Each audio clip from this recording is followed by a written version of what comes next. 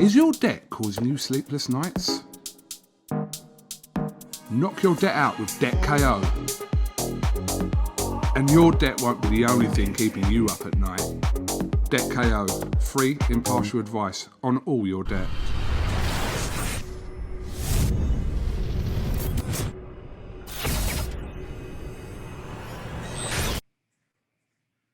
Andrew McCART, IFL TV, in association with MTK Global. I'm always delighted to be joined by my good friend, Regis Prograis. Regis, I know you've just had the birth of your third child, a little baby daughter. First and foremost, how's things with the third child? She good, man. She actually right here sleeping. Her and her mama right here sleeping. But yeah, she good, man. She about to be 3 weeks. Sunday she'll be 3 weeks old. So yep, it's crazy, man. She waited for me to come. I don't know if she waited or her mama waited for me to come, but probably her mama. But yeah, the due date was actually Friday before the fight, and she actually came Sunday, almost right when not right when I got back, but I came home Sunday, like around 8 o'clock from the fight, and she came. Like I took a nap, woke up, and I woke up like around 11, 12, and she was like, get up. My wife was like, get up. I'm having contractions. And then like it started, and she came like 6 o'clock that day or something like that. Man, what a moment, man. That's something special. I mean, winning that fight on the Saturday and the birth of your child on the Sunday, man, what can be better than that? Yeah, man, storybook, man. That's a storybook type of thing right there. It's gonna be in my book one day. Definitely, and I'll be reading it, man. Hopefully I'm in it, but I'll be reading it. Well, yeah. Right, Regis, let's talk about that fight, the Heraldez fight. Knockout. I said to you before the fight, do you need to make a statement to keep your name alive in the 140-pound division? Right. You feel like you made that statement? Yeah, for sure.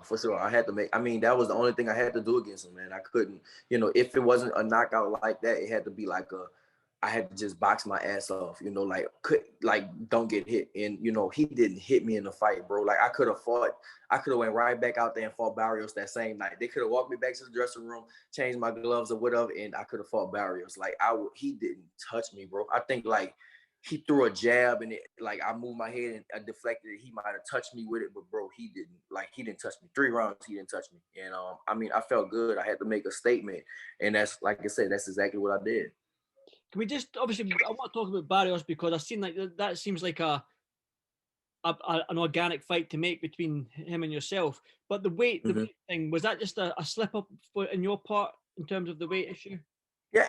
Listen, bro, like the whole weight thing, I feel like it was 3 things, of course you can't make no excuses, but I'm gonna just tell you my side, my story or whatever, So the first thing is I didn't make the weight in the whole year. The last fight before that, previous to that, was Josh Taylor. We fought, I think it was October 26th out there, and that was it was literally a whole year since I didn't come down in weight. So I think that had a part to play in it, but not that much. And the second thing was the bubble, like we couldn't work out Tuesday. At least that's what they told me. I could not leave my room on Tuesday. So, usually Tuesday, I work out, I put my sauna suit on, I sweat a lot, and we could not work out Tuesday. I mean, I worked out in my room. I worked out, but I worked out in my room. But of course, that's definitely not like going to a gym. So we couldn't work out Tuesday like properly. And the third thing, bro, I didn't really have to make the weight, like it wasn't for a belt, so it wasn't like super pressure on me, like to make the weight. I had to give up some money, and it was like, all right, that's fine, But I think the main thing was the second, the second thing I said was that we couldn't work out on Tuesday. Like we couldn't go to the gym on Tuesday. Everybody had to like stay in their room. Now, granted, everybody else did make the weight. I wasn't the only one staying in my room, but for me, it kind of played a big part. I couldn't do nothing. We couldn't leave the room, so I had to work out in my room. And it was like, I mean, I did what I can. And, that, the weigh-in was Friday. So that Thursday night, I did as much as I can. I got stuck, and I was just like, my trainer, Bobby, he was like, fuck it. Like, leave it alone. That's it, basically. I'm not about to kill myself. Like I was like cramping. My thumb was like going like this, and it was getting stuck, and I had to like pull it with my other finger, and I was just cramping in my bed. And I was like, bro, I'm not about to kill myself for this. It's not for a title. And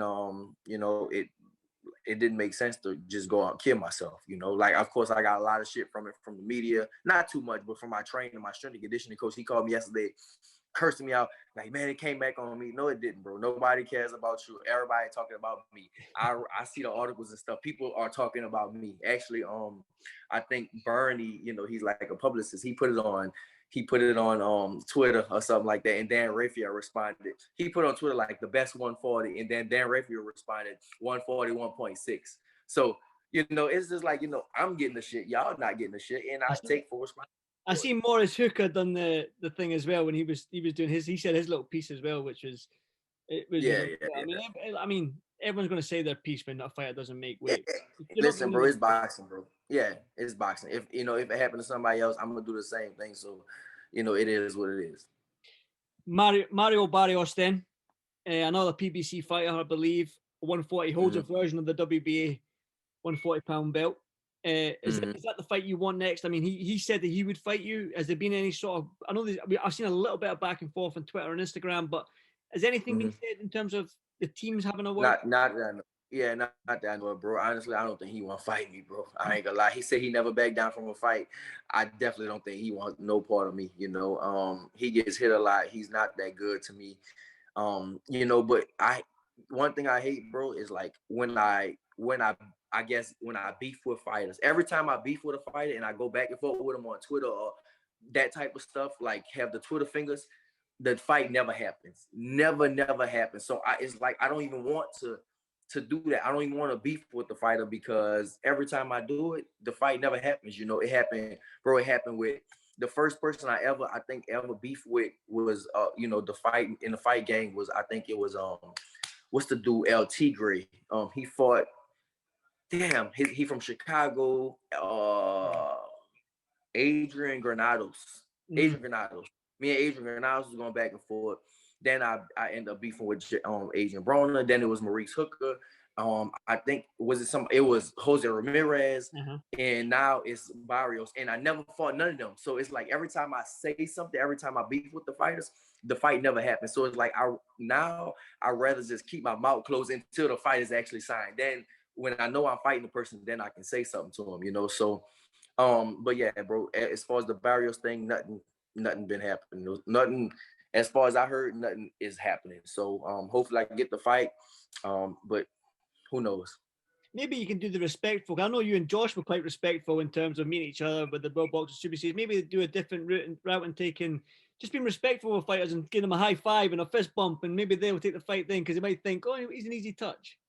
Maybe so, bro. I don't know, bro. But every time I called out fighters and stuff like that, it was like the fight just never happened, you know. So it's like now I just don't even want to call out fighters because it's like a curse every time I talk shit and the fight don't happen. So I gotta just close my mouth, I guess. I've got to touch on Adrien Broner, man. I did see that when he's been arrested recently, and I seen that you said, "Oh man, you fucking with my money." I know it was a joke on your part, but how much do you want that Broner fight? Again, I know it's a money fight. There's going to be some good money for you in terms of that fight, but you want to be a world champion again.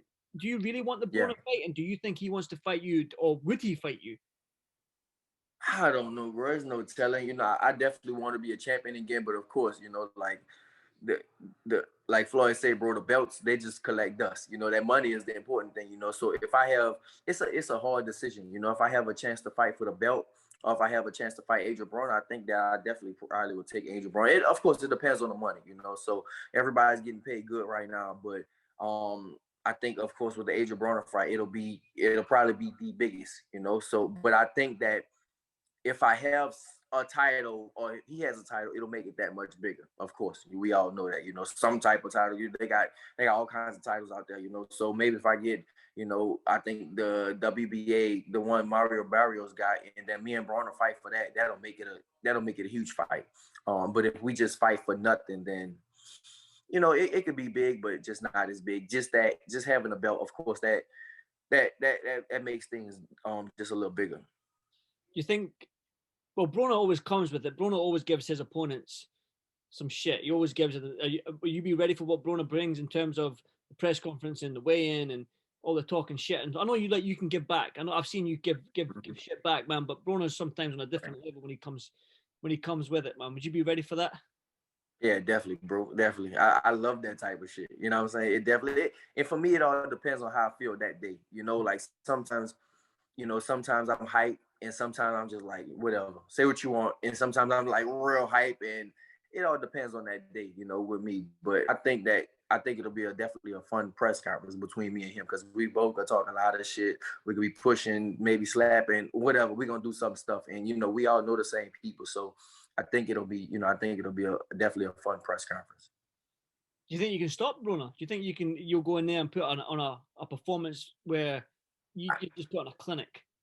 I don't know, bro. I'm not gonna lie. You know, I was by Jamel House the other day, the Charlo twin. You know, I've seen and that. Yeah, I yeah. was like, His Ferrari, was it a Ferrari or a Lamborghini he had? That was Lambo, bro. Yeah, Yeah, Lambo. Lambo. I said, damn, I thought I was balling. Whoo.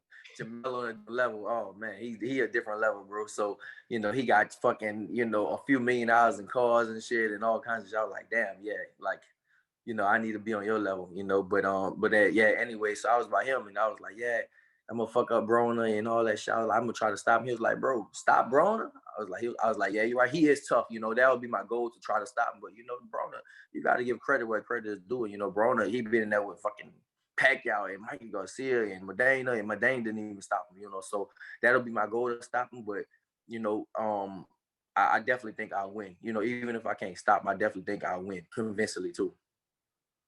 I mean, it's an intriguing fight. But like I said to you, sort of like before I pushed record, there's no shortage of fights that can be made for yourself. I mean, the 140-pound Right. is a good division, and you're still a huge name. Mm-hmm. Josh Taylor Ramirez, obviously, they're the top of the division right now. They've got the belts. Right. Talk about them unifying, Mm-hmm. but below that is Regis Prograis. Now, right. In the UK, you made a number amount of fans in the UK when you fought Josh. Eddie Hearn spoke about it. Lewis Ritson's even spoke about it now. Does the Lewis Ritson fight, does that whet your appetite? I know Broner's the money fight and Barrios holds a WBA title, but Lewis Ritson in the UK, how does that feel? How does that sound?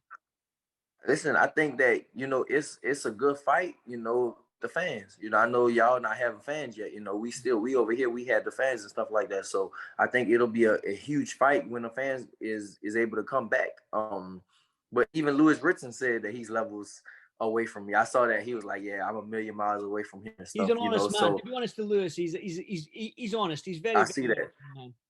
Right. I see that, you know, but of course, I mean, I think that, you know, I definitely would want to come back to the UK. I definitely would want to fight back over there, overseas. I don't want to just be, for me, a world champion means fighting everywhere around the world. You know, I look at, you know, my idols, you know, the greats, and, you know, you talk about Ray Robinson and Ali and Ray Leonard, they fought all over the world, you know, and that's kind of what a world champion represents to me. And that's what I want to do. So I definitely would want to come back to the UK. I would want to come fight over there. And of course, if we can do a Lewis Ritson fight in front of fans, then, you know, I think that would make sense if we can do it. So maybe so. I've got to ask you about, like, moving up to 147.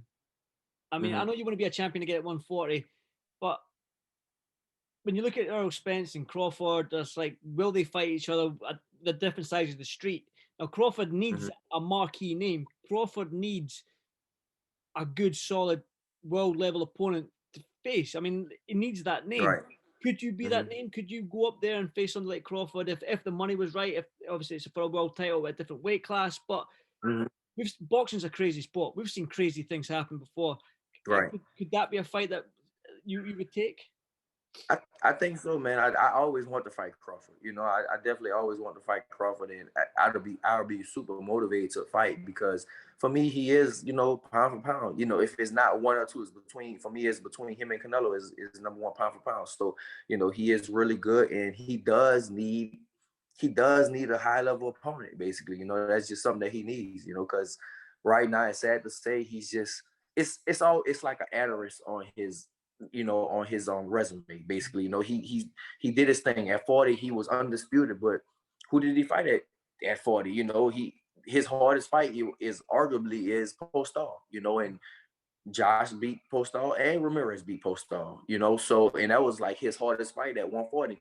And then he fought Undango for undisputed, and I knocked Undango out in 2 rounds, you know. So that wasn't, you know, his resume, you know, he did that stuff, but it's always gonna be like that question mark on his resume, because it just wasn't no competition. And then he went up to 147 and he fought Jeff Horn, you know, and Jeff Horn is he got a win over Pacquiao, right? But the boxing world knows Jeff Horn wasn't really a world champion. You know, he beat Jeff Horn, which was expected, and then after that, he just fought people that really didn't have no names. You know, so he does need a big name on his resume. It's the sad reality of it, but it is what it is. He needs a name on his resume, and I mean, you know, one day I will go up to 147.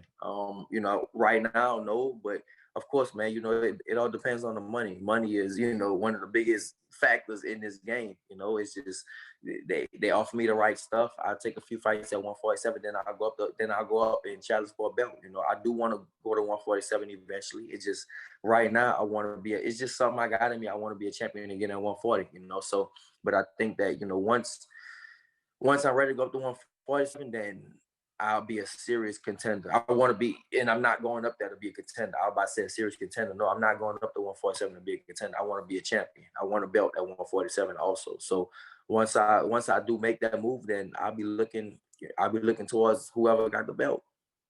Thing as well at 140, Ramirez and Josh, if they get it on, I think both of them have said that they're going to move up. So are you happy to fight for a vacant belt? I know the fighter in you, Regis, and I probably know that you don't want a vacant belt. You want to take the belt from the champion. But have you sort of in your mind come to terms with the fact that you probably will be fighting for a vacant belt when them two fight each other and then one of them moves up and vacates?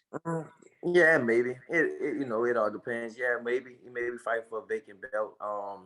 But I think that, you know, when they go up, that it's still gonna be competition at 140. Of course, they got a lot of good fights at 140, but I think that I'll just be the only top dog, you know. And right now, it's three of us. It's still three of us. Even I don't have a belt, but it's still three people at 140. That's the top dogs at 140 right now. So, I wouldn't want to be the only one. You know, once they move up, it'll be my division. It's nobody else out there at 140. You know, so it'll be my division, and maybe it all, like I said, man, it all depends. It all depends on the money and stuff like that. Maybe I do fight for a vacant belt, or maybe I just go up to 147 also, because like I said, man, the money is, you know, some of the biggest motivator. So I know the money will be better at 147 than it'll be at 140, but unless, like I said, unless we can make this Adrien Broner fight happen at 140, then if that happens at 140, you talk about if Taylor and Ramirez move up to 147 and then me and Broner stay at 140,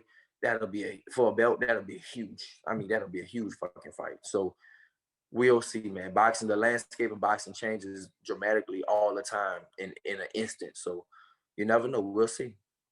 Definitely, and I'm looking forward. But that being said, then Regis, man, what is your hopes for 2021? I know 2020 has been a rough year for everybody on this planet, but for you, what are your hopes for 2021? Ah, man, it's hard to say, bro. I mean, world champion, you know, world champion again. You know how we say that, you know. Oh shit. You I you can see me? I still see you, bro. Yeah.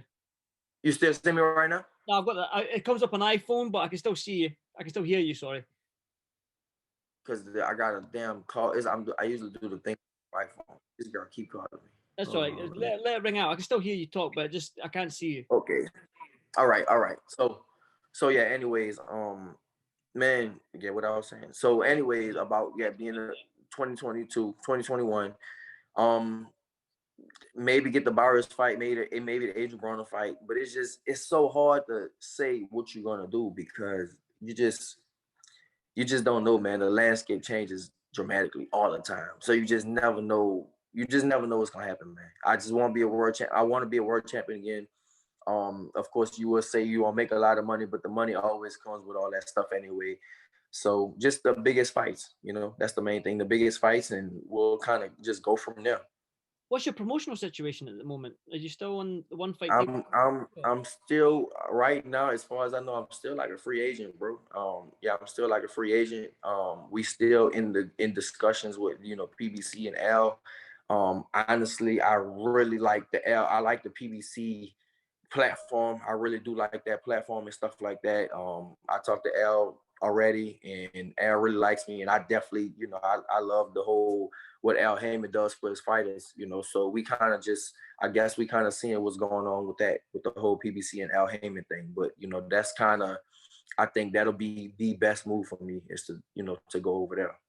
Definitely, and like I said, Al looks after his fighters, doesn't he? So, Regis, I won't keep you much longer, brother, man. I do appreciate you taking your time out, even though you've got a young family. You've got 3 young kids there. You know what I mean? It must be hard work being training, family life, man. But you get through it, my man. And I manage it good, bro. I don't know how I do it, but I manage it real good. Well, absolutely for that, brother. Absolutely for that. Regis, man, hopefully next fight, man. Hopefully I can be there. Hopefully we can get flying again. We can get traveling again. Because like I said, I always stay you every interview. I'm a big fan of yours, brother. So again, thanks for doing this for IFL TV, my man, and stay safe. And hopefully I'll see you soon. All right, brother. Thanks, bro. Stay safe, bro. All right. Is your debt causing you sleepless nights? Knock your debt out with Debt KO. And your debt won't be the only thing keeping you up at night. Debt KO, free, impartial advice on all your debt.